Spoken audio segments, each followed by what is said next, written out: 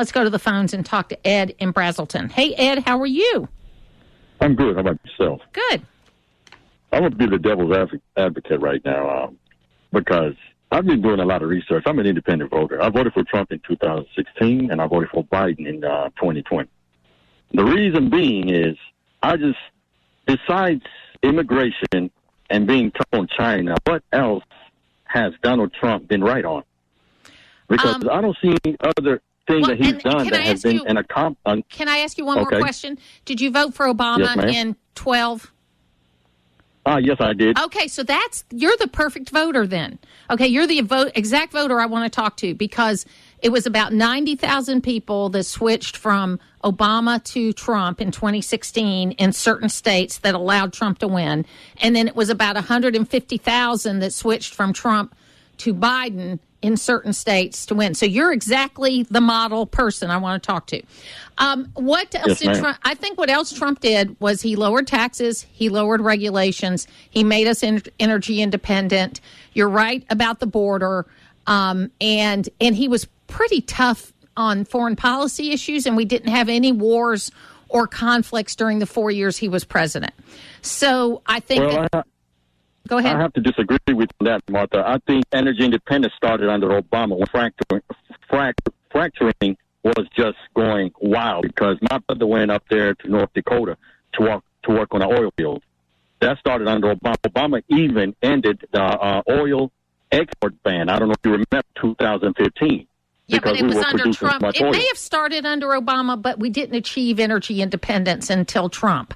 And so, I'm one of these people. We're not energy independent. Well, we're not now, because President Biden has changed the rules again. We were never energy independent. We've always been importing oil. We've always been. Right now, we are producing more oil right now than ever before, and we're the largest oil producer in the world. Ed. And those are facts, Martha. I know that they're facts, but what I'm saying is what energy independence means, it does not mean that you do not import. What it means is you produce enough to meet all of your needs. Yes, we were exporting, and we were putting through there. So I'm not trying to give you a hard time at all. I'm acknowledging what you're saying, that it may have started, but the point I was going to make is the way I always rank presidents is from the day they take office till the day they leave. They can't control what was going on. Here. Yeah, absolutely. So I hear what you're saying, and the big challenge that I think the Trump campaign is going to have is that right now the U.S. economy is the strongest economy in the world, even with the 21% higher prices that I know I'm feeling them at the grocery store. I'm sure you are too. Even though inflation has gone down, prices are still high, because you'd have to have deflation for the prices to actually go down, right? So you understand all of that. So I think the biggest challenge that President Trump's going to have is that the economy in the U.S. is doing very well. The biggest challenge Biden's going to have is that because there hasn't actually been deflation and housing prices are still high, rents are still high, grocery prices are still high, that the average person, Ed, I'm not talking about the people that read as much as you and I do, okay, but I'm talking about the average person that's just going to the grocery store.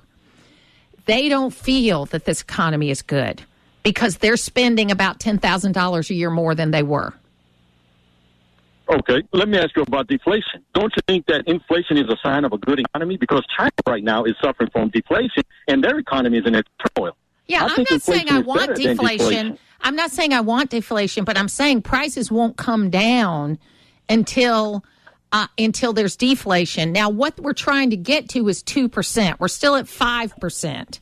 Okay, what we're trying to get to is 2%. That's what the feds want to. But the point I'm making is, you know as well as I do that people vote their pocketbooks, and that while the economy, yes, stock market and growth compared to the rest of the world, the average person doesn't care how we're doing to the rest of the world.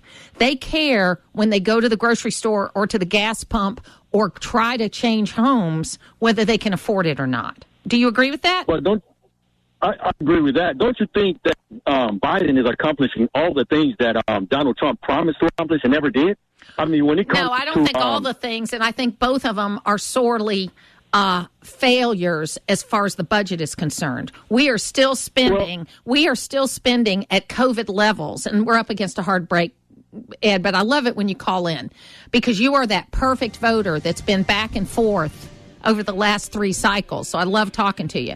But the bottom line is both of these presidents have been horrible failures as far as spending is concerned. And if we don't get that back on track, it's not going to matter if Ed and I are right about everything because we're not going to have the money to pay for anything that we need. We'll be back. Always here, always local.